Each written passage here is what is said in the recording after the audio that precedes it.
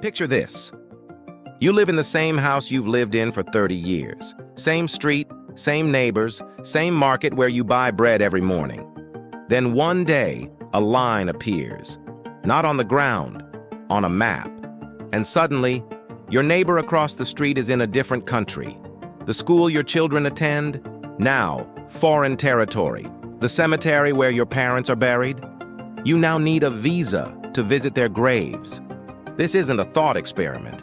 This is daily reality in the Fergana Valley, where Soviet cartographers drew lines that would bleed for decades. I'm your host, and this is Geopolitical Owl. Behind every border lies a blueprint. Welcome to Episode 2, Borderlines and Bloodlines. The Fergana Valley stretches across 22,000 square kilometers of Central Asia's most fertile land. Wedged between the Tian Shan and Pamir ranges and fed by the Sir Darya, this heartland has sustained civilizations for millennia. Today, 15 million people call the Fergana home. Uzbeks, Tajiks, Kyrgyz, three peoples who share linguistic roots, religious traditions, and centuries of intertwined history. Before the Soviets arrived, these communities didn't see themselves as separate nations. Identity was fluid, defined more by valley, village, or clan than by rigid ethnic categories. But Stalin's cartographers had other plans. In the 1920s, they carved Central Asia into republics supposedly along ethnic lines, though the reality was far messier. Uzbek villages ended up inside Kyrgyz territory. Tajik communities found themselves encircled by Uzbekistan. Enclaves like Sok and Vorukh were no accident. They were tools of divide and rule. As long as everyone was Soviet, these borders were merely administrative. But when the USSR collapsed in 1991, these lines became international frontiers overnight, and neighbors became foreigners.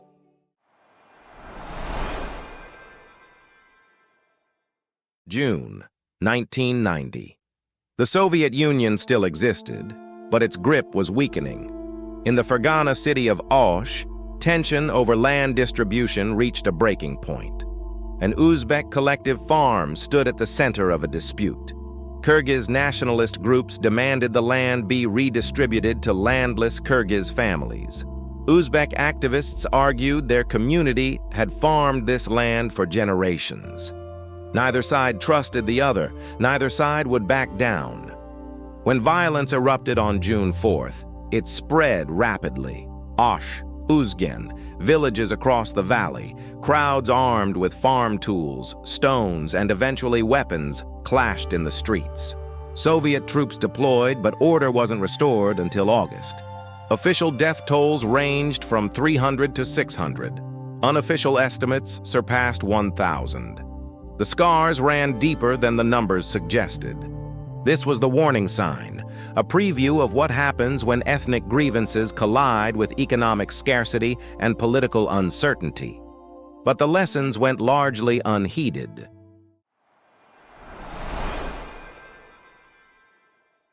By the late 1990s, the Fergana Valley faced a new threat, one that moved across borders as easily as water through irrigation channels.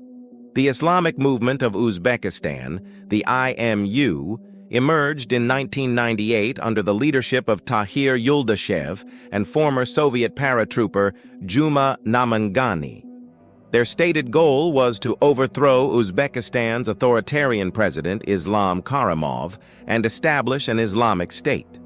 Operating from bases in Tajikistan and Taliban-controlled northern Afghanistan, the IMU launched a series of cross-border incursions. In 1999, IMU fighters infiltrated Kyrgyzstan's Batken region, seizing hostages, including 4 Japanese geologists. They successfully extracted ransom payments and escaped via helicopter to Afghanistan. The pattern repeated in 2000. More incursions, more hostages, this time including 4 American mountain climbers. The United States designated the IMU as a foreign terrorist organization. But the damage was done. The valley's reputation as a security threat was cemented. What made this particularly significant wasn't just the violence, it was what it revealed. Borders in the Fergana Valley were porous, state authority was weak, and external actors, the Taliban, Al-Qaeda, saw the region as a recruitment ground and transit corridor.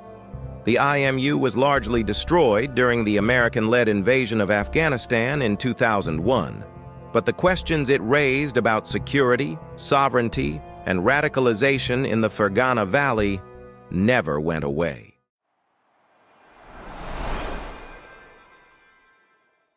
In 2010, 2 decades after the first Osh clashes, history repeated itself, only worse.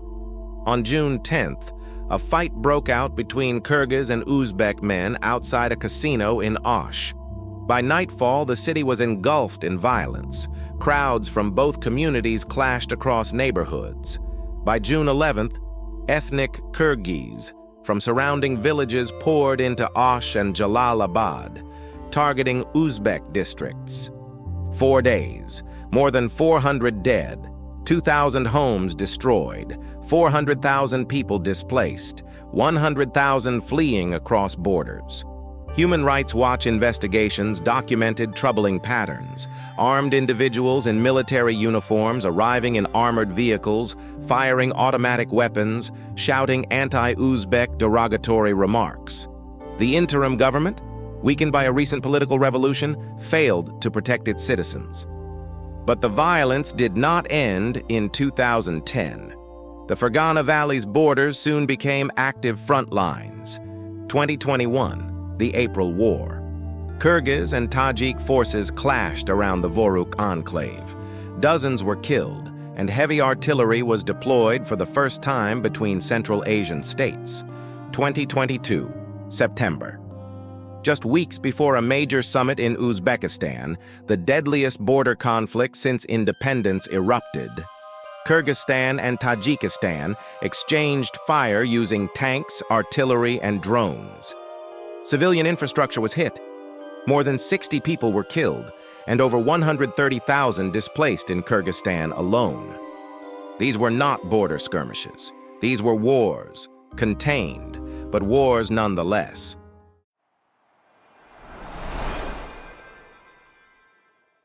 Behind every conflict in the Fergana Valley lies a dense web of political forces: authoritarianism, resource scarcity, clan patronage, and borders left unfinished.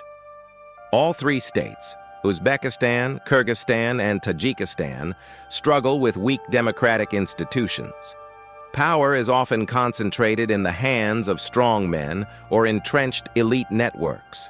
When local disputes escalate, these governments frequently lack either the institutional capacity or the political will to resolve them peacefully. Water is consistently at the center of tension.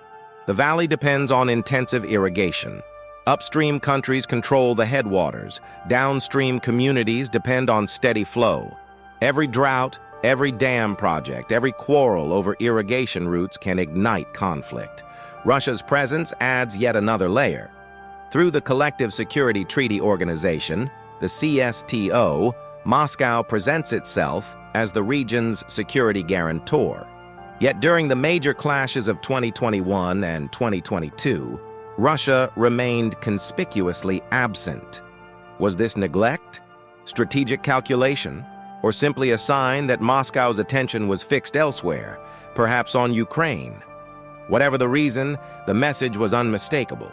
The Fergana Valley's security problems would ultimately have to be solved by the valley itself. In March 2025, something historic unfolded. The presidents of Kyrgyzstan, Tajikistan, and Uzbekistan gathered in the Tajik city of Kyrgyzstan and signed a landmark agreement resolving the Fergana Valley's final major border dispute, a Soviet-era fault line that had endured for decades. This pact marks a turning point. It reduces friction in one of Central Asia's most volatile regions and opens a path toward long-term stability. But a signature on paper, cannot erase the trauma of ethnic violence, rebuild destroyed neighborhoods, or mourn the lives lost from Osh to Vorukh. The valley's story continues. Borders may finally align, but water, the valley's true lifeline, remains deeply contested.